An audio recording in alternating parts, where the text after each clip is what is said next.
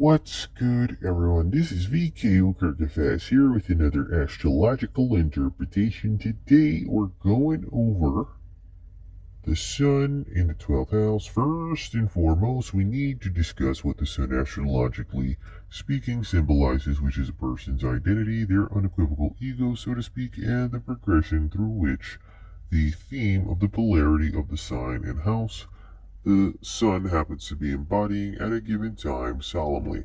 The Sun shows us areas where the spirit is learning to be independent and mostly should learn to be most independent, where he or she should fulfill his or her potential, differentiate themselves from others, and shine and soar. The position of the Sun may tell us which profession would best suit the character of an individual.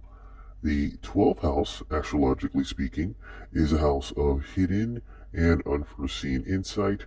Uh, we'll say one's hidden sorrow and self undoing.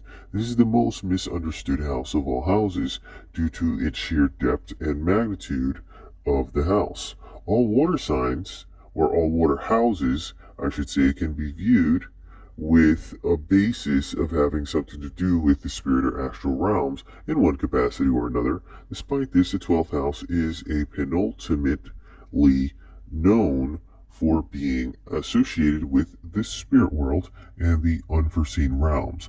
The 12th house is not necessarily a negative or gloomy polarity all the time, but this energy does have its days of immense sorrow and awesome joy, respectively. It is within and adjacent to this that the 12th house does define the limitations placed on one's life, including the self restriction we put on ourselves by, I would say, self undoing or self undoing behavior, so to speak, that causes the respective native to lose all that they hold dear, all that they've worked for. And this house and its polarity typically happens to govern disappointments in life, accidents that may occur or happen, trouble that can occur or take place, and self defeat on the basis and back of the aforementioned self undoing. This house and the polarity it stands over typically rules as well unforeseen forces, secret enemies, escapism, asylums, hospitals, and prisons. The 12th house has been called the house of Dharma, the house of spiritual depth, for it contains the rewards and punishments for the deeds one commits in this life. It is associated with psychic powers and the ability to discover and at last understand the meaning of life.